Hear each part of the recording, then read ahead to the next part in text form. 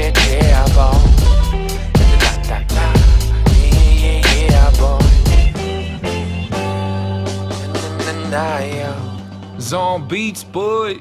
So it's always great because there's no place like home. I love it. I love it. How the kids are good. They've grown up so much in 2 months. And they come back and my daughter was very shy to see me at first, Elizabeth. So I think she was just shocked. So hey, this guy's back. But it's good. It's good to see the kids, see my partner, and see my parents and family. Oh, and friends as well.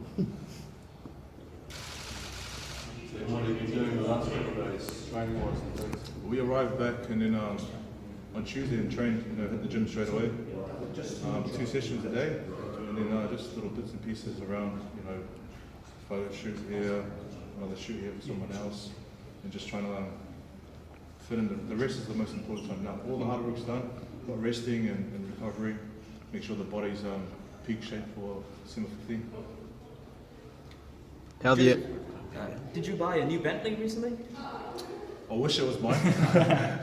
No, it's thanks to Bentley for allowing us to use the great vehicles.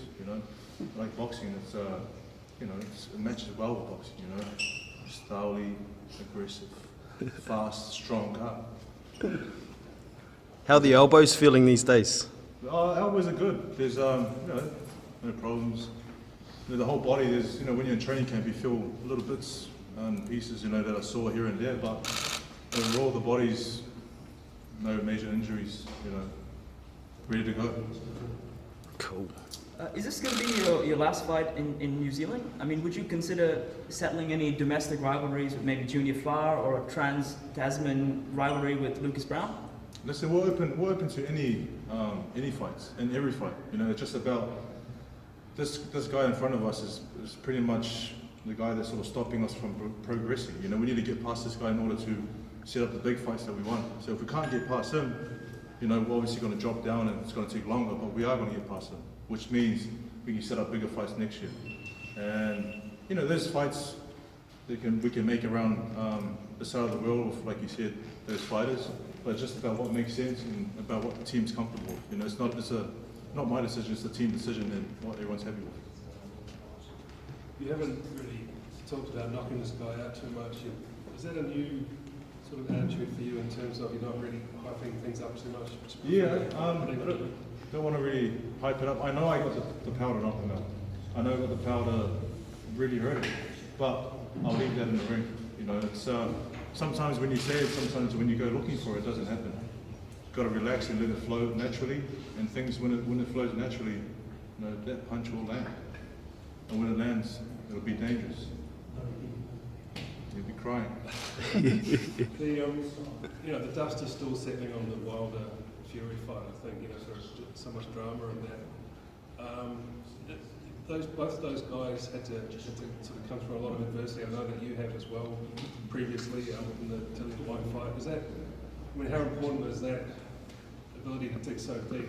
After watching that fight, not only was that fight good for the heavyweight division, but good for boxing. It was exciting. You saw a big puncher, you saw a boxer, you saw they both went through adversity, and Tyson went through the most. Going off for 2 years, coming back again. So it just shows that anything's possible, and it just gives you extra motivation. For me being there, I wanted to be in the ring fighting.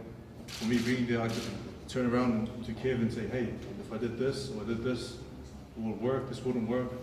And so it's seeing that, I just give me an extra push. I really want to be in there, and I want to fight these guys one day, but we know the steps to take to get there.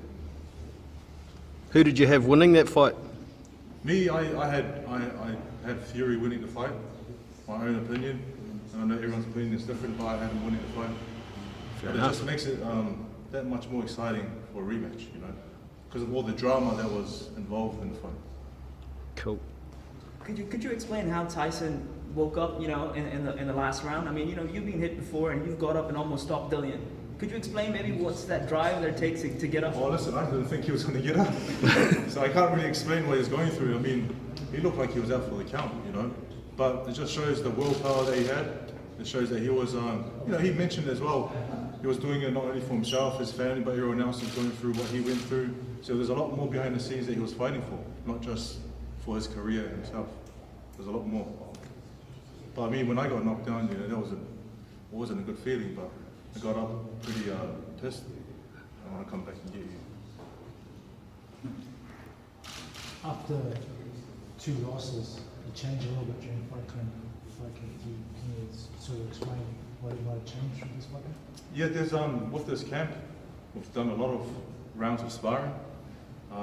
We've, you know, before we're doing 2 days of strength and conditioning, we've done 3.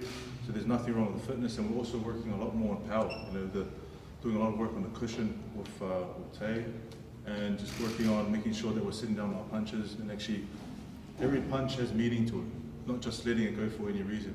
Make sure there's meaning, and when it lands, it's going to do the damage. It's still an important fight, but there's been less pressure on you. Has that changed anything in terms of preparation? No, I think now I'm more focused than ever. You know, after 2 losses, it's like there's a restart, but we're restarting at a good starting point because we have experience. We've done a lot of rounds in the ring, so it's I feel like it's refreshing. You know, Joseph, you say 2 losses, but to me they're like historic accomplishments. I mean, you know, you fought Anthony Joshua. Let me rephrase it. Historic accomplishments. Yeah. That sounds way better. Oh yeah. Yeah, I mean, because, you know, a fight with AJ is considered a win in anyone's books. It's like fighting Mayweather. Even if you lose, it's still a win. And you almost beat Dillian White. So, do you still view them as, do you still view them as losses? I mean, as it affect? You've just changed my mind. There we go. Achievements. No, it's you know, it is a loss. I'll take it back. No, they're learning experiences. Learning when you're fighting the top fighters in the world, and the decision didn't go your way. You're learning with each fight. And so there's a lot to take out of those 2 fights. Joe, in segue to that, you know, you had those 2 huge world title fights. How soon do you want to be back up on the global stage fighting for I global? think get rid of this guy, do a good job, be dominant, you know, and sort of apply the fight strategy we have in place. If we look good against him, I think next year we'll have 2 or 3 more fights, and then I think probably the end of next year or the following year we can be at the top, fighting those top fighters again. You know, I don't, like I said many times, I don't really care who we fight. I want to fight. We know good friends with Fury. I want to fight him. I want to fight Wilder. I want to fight Chisora, attack him, everyone. I already fought attack him, so and he lost. But I'll fight anyone. Is a Ruiz rematch possibly on the cards? Yeah, listen. We're, like I said, open to any fighter that wants to fight. You know, he's a good fighter. I respect him a lot, and he punches very hard, harder than any other fighter I've been in the ring with. And so I want to get it back for that. Are you Team White or Team Chisora? I'm Team Parker, man. I want to fight those guys. I'm Team Parker. All day. Hey Joe, how hard is it for you getting good sparring partners over in the States? You know, you've got far travelling over to fight, you know, train with Wilder. Who do you get in Vegas? How hard is it for you to get some? It's not, you know, it's not too hard. You got, you know, our team, you know, Kev, Tay, myself. We're looking at different fighters in the States, and then we fly them over, we bring them in, we accommodate them. Thanks to our promoters for doing all of that, and then it's not too hard. In New Zealand, if we're training here, it will be very hard.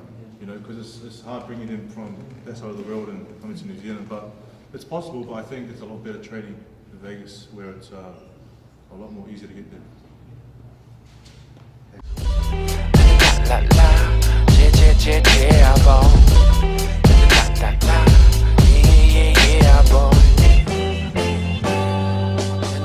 la, yeah, boy. Zone beats, boy.